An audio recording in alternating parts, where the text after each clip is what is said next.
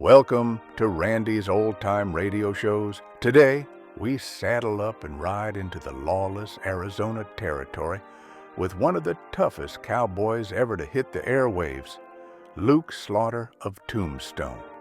A former Civil War cavalryman turned cattleman, Slaughter isn't just fighting rustlers and range wars, he's fighting to keep order in a town where justice rides on a fast draw.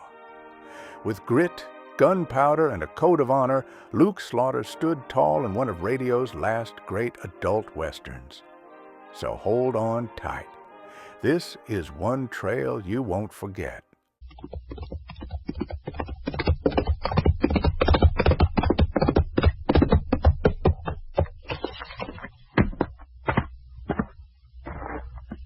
Slaughter's my name. Luke Slaughter. Cattle's my business. It's a tough business. It's big business. I've got a big stake in it. And there's no man west of the Rio Grande big enough to take it from me.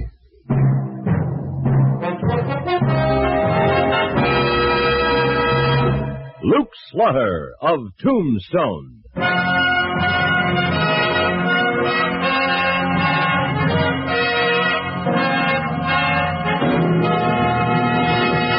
Luke Slaughter of Tombstone, Civil War cavalryman turned Arizona cattleman. Across the territory, from Yuma to Fort Defiance, from Flagstaff to the Huachucas and below the border through Chihuahua and Sonora, his name was respected or feared, depending on which side of the law you were on. Man of vision, man of legend, Luke Slaughter of Tombstone.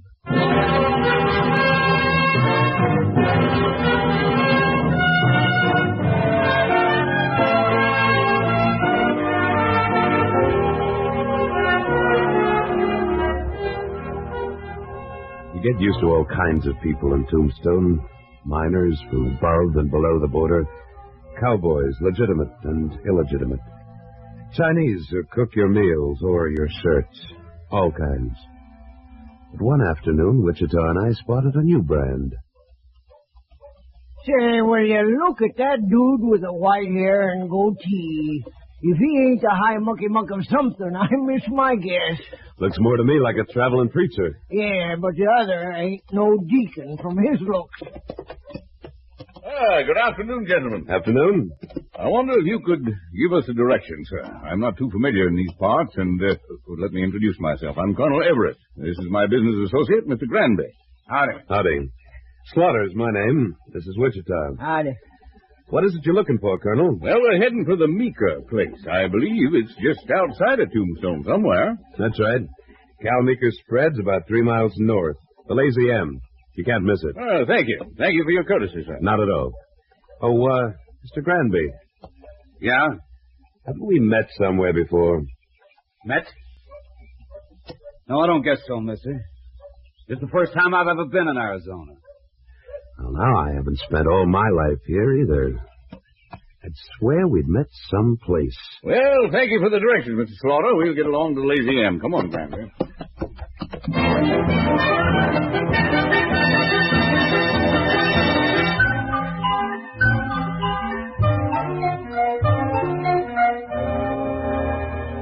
So, that's the way of it, Mr. Meeker. I'm sorry. No, wait a minute, Colonel Everett. This is my land. I homesteaded it. Got my title straight from the government. You don't listen very good, Meeker.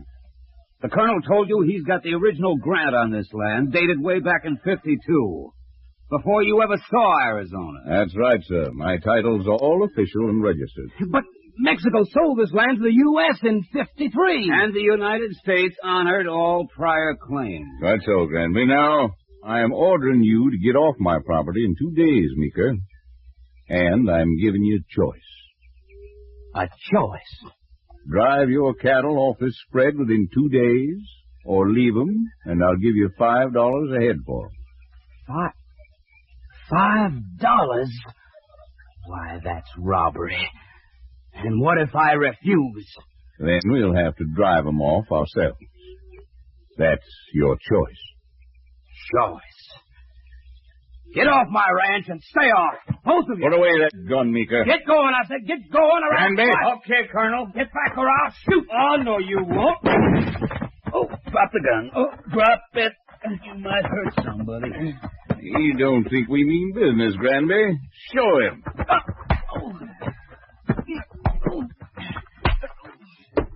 Yeah, that'll give you a rough idea, Meeker. I'd suggest you start moving off this land now. We're taking over day after tomorrow.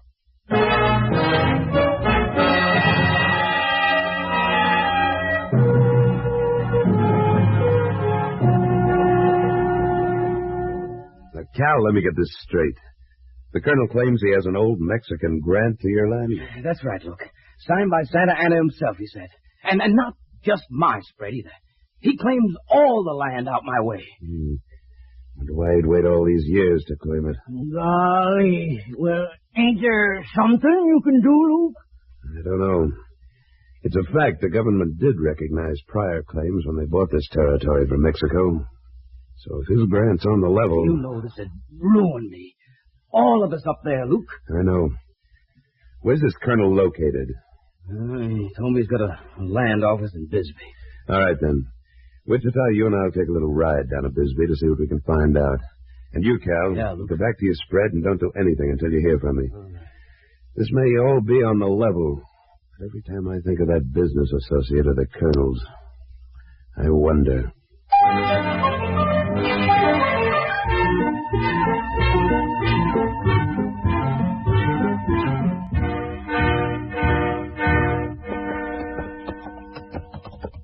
Hey, there's the place, Luke. See the shingle? Yeah. Land office. Colonel Justin Everett. Real party name. Seems to me that shack was vacant a month ago. You wait here, Wichita. I won't be long. Right, Luke.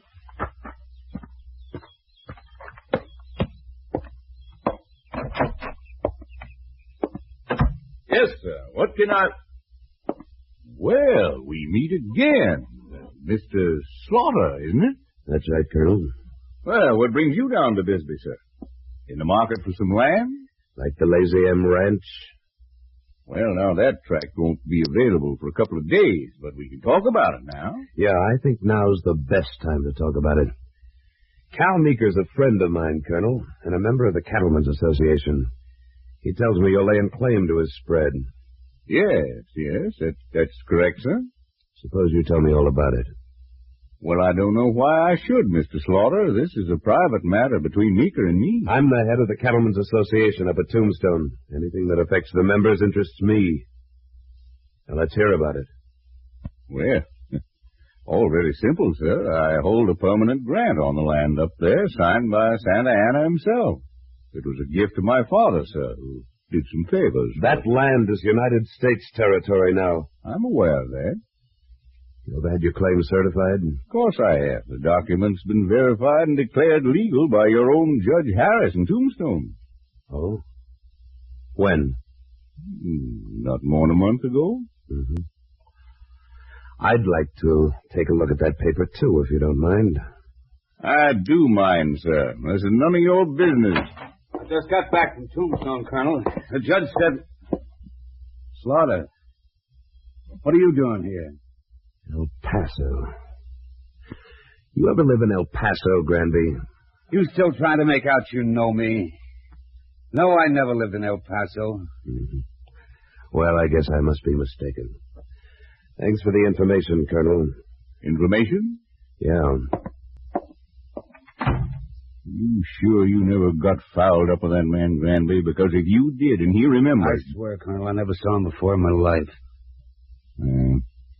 All right. I just hope he never saw you.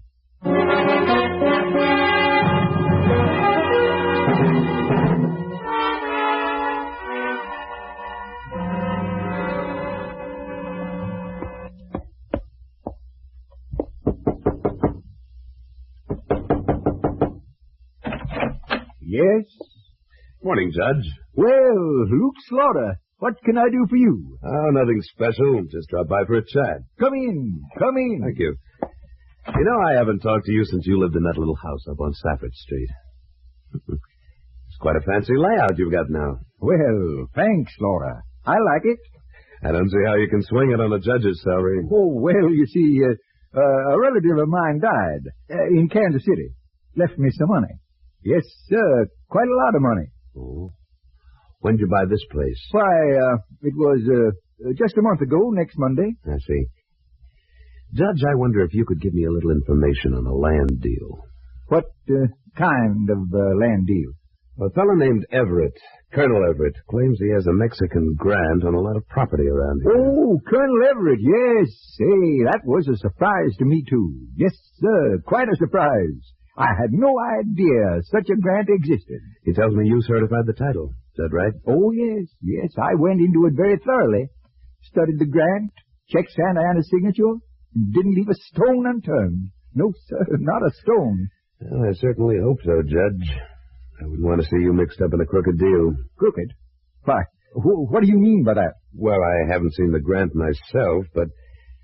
well, somehow it's got an unpleasant smell to it. For your own good, you better have another look at that paper. Now, Slaughter, if you question my integrity... I never have, Judge, and I'm sure I won't have to now. You know, it's quite a coincidence, that relative of yours dying in Kansas City exactly the same time Colonel Everett came to Arizona. Now, see here, sir. Just a coincidence, I'm sure, Judge.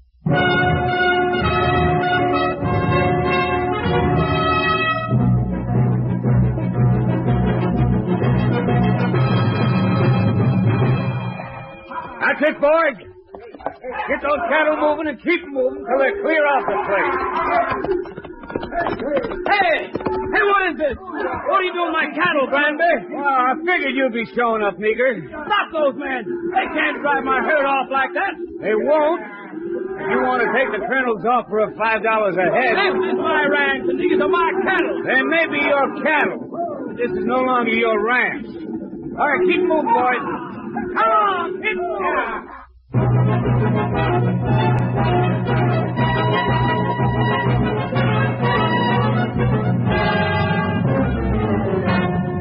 In a moment, Luke Slaughter of Tombstone returns. Last September, Carmen Basilio defeated Sugar Ray Robinson for the World Middleweight Championship.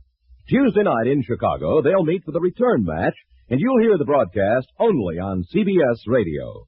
Right at ringside will be Jack Dries, giving you a blow-by-blow account of the fight.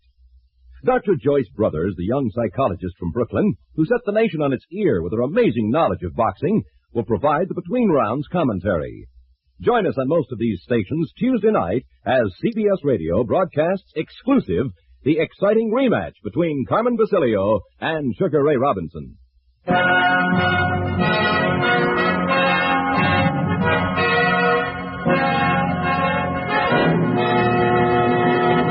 And now, Act Two of William N. Robeson's production of Luke Slaughter of Tombstone.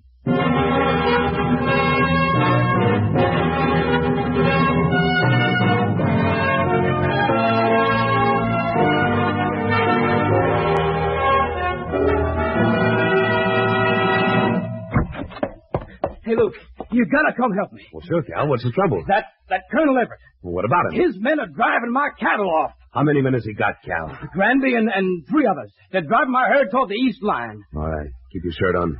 We'll get your herd back if we have to make the colonel drive him back himself.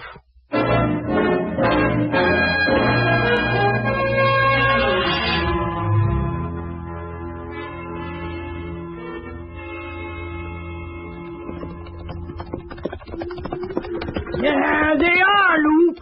They're driving them right down that arroyo. Pull up here. They'll be scattered all over the territory. I'll lose half my herd. Forget the cattle. We'll get the men first. Cal, you ride around that butte and come in on them from the other side when I signal you. All right, Luke. All right, Wichita. We'll move in from this side. Yeah, I'm right with you, Luke. Hold it. It's close enough. Well, if this is the Colonel's land, we're the ones breaking the law. First things first. We'll worry about the law later.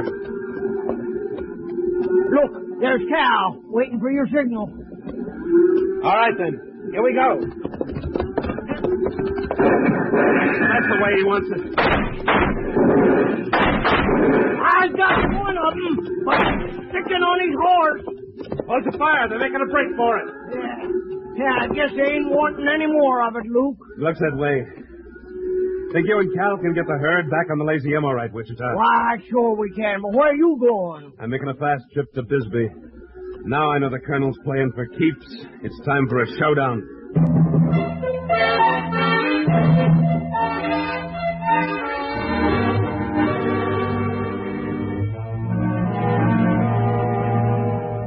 Hey, Colonel. Don't bother me, Granby. I'm figuring. Slaughter's out front. Slaughter! You didn't waste any time getting down from Tombstone. Hello, Colonel. You got your nerve coming in here, Slaughter. You wounded one of my men when he was doing his legal duty. Legal duty? He was a rustler. What do you want? Well, I figured maybe we could stop any further violence around here if I had a look at that grant of yours. Get out of here, Slaughter. Tell your friend to keep his hand away from his holster, Colonel. You don't want your office messed up, do you? Tell him. He's got a right to defend himself. Yeah, sure he has. Go ahead, Granby. Defend yourself. Go ahead. Draw.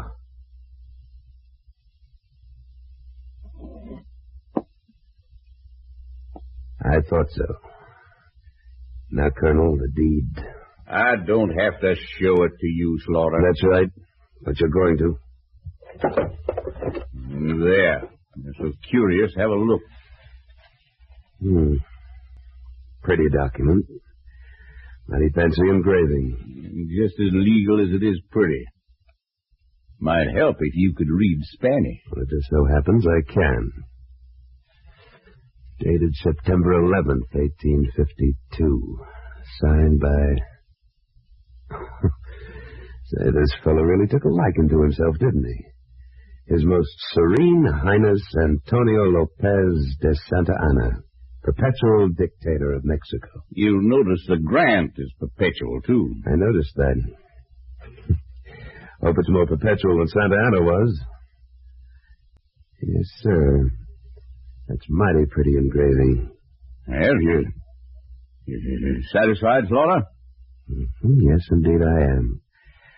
I've seen all I need to, for now. And now that I've seen it, Colonel, I'm sure our next meeting will be under much different circumstances. You're right. I certainly hope so, sir. Good day, gentlemen.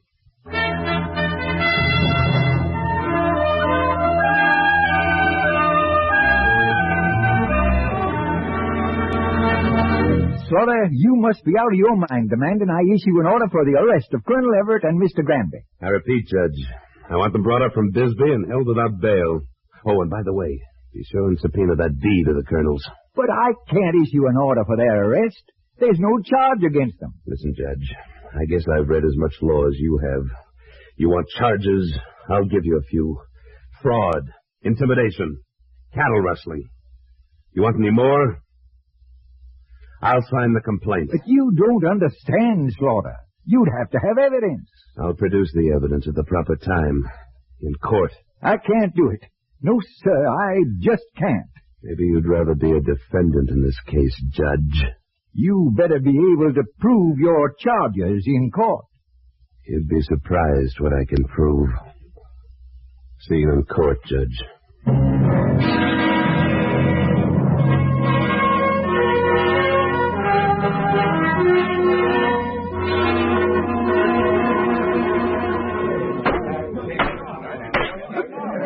Court will come to order. Luke Slaughter, being the complaining party in behalf of the Cattlemen's Association, he gets first say. Go ahead, Slaughter. Give it to him good, Counselor. Quiet, Wichita. Thank you, Judge. Now, these men are being tried on a charge of fraud. We'll forget a few other charges. This is preposterous. He can't prove a thing. Could we have a little order in the court, Your Honor? Thank you. Now, if it please the court, I have in my hand the Mexican land grant by which Colonel Everett's claiming land around here. If it wasn't for just two things, he'd be in his rights. First of all, this grant is dated September 1st, 1852. That date looked kind of odd to me some way, so I looked it up. Now, it just happens that in September of '52, Santa Anna, who was supposed to have signed this deed, was in exile in South America. He didn't become president of Mexico until more than 6 months later, April 15th, 1853. So he couldn't very well give away land when he wasn't even in office, could he? Order! Order! Now, that's one thing. There's another. The first day I saw Colonel Everett's business associate, Mr. Granby, I had a feeling I'd met him someplace before. The thought kept nagging at me. Then when I saw this document, I put two and two together and the whole thing came to me. I was wrong. I hadn't met Mr. Granby at all. I'd just seen his picture a while back on the wall of a marshal's office back in Abilene, Texas. What? Why, It's no wonder this document looks so pretty. Mr. Granby is an expert at making things like this. He's wanted by the United States government for forgery and counterfeiting. That's a lie! Now, there's one more way I'm going to prove this case. By Judge Harris himself. The judge can tell you a few things about these men that'll prove their guilt. Can't you, Judge? Well, when the Colonel and Mr. Granby first approached me... I'll teach you to keep your mouth shut, Harris. Luke, Granby's got a deputy's gun. He's down behind that desk, Judge. Keep away from me, Slaughter. I'll fix you so's everybody will keep away from you. Now. See, he doesn't get away again. All right. Come on out, Judge. Let's have some order here. Yes. Yes, all right. I don't think we need to carry this farce any further. Judge, you ready to make a decision? Yes, yes. I find these two men guilty as charged. They will be brought to this court tomorrow morning for sentencing. This court is adjourned. Well, say, that was real nice work, Luke. Why, you saved the judge's life. Yeah, I guess I did. You go ahead, Wichita. I'll be along in a minute. Yeah, okay. Well, I guess that takes care of everything, Slaughter. Almost. It's just one thing more. How soon are you leaving town, Judge? What? Why, I'm not leaving. I say you are. We like our courts to be honest around here. I'm afraid you don't quite fit the bill. Yeah, I guess I did make a mistake, Slaughter. Maybe you can profit by it in the next place you go. There's a stage out of here tomorrow afternoon. See that you're on it. So long, Judge. Good luck.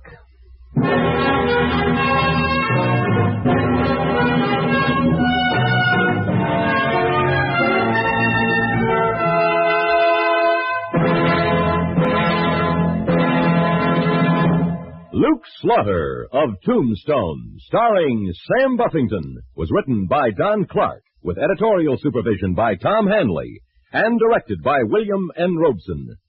Supporting Mr. Buffington were John McIntyre, Jim McCallion, Bill Quinn, Junius Matthews, and Ed Jerome. Music composed by Wilbur Hatch and conducted by Amerigo Marino.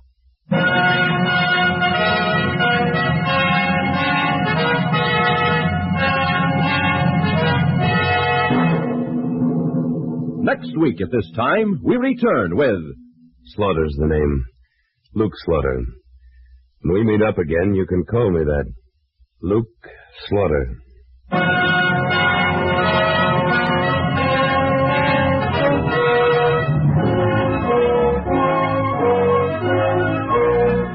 Butcher, baker, candlestick maker, lawyer, bricklayer. No matter what your work is, the course of American business from day to day affects you in 100 ways. Beginning tomorrow and right through the week, follow our business news reports on most of these stations with Walter Cronkite and Bill Downs doing the reporting. Now stay tuned for Frontier Gentlemen, which follows immediately over most of these same stations. This is the CBS Radio Network.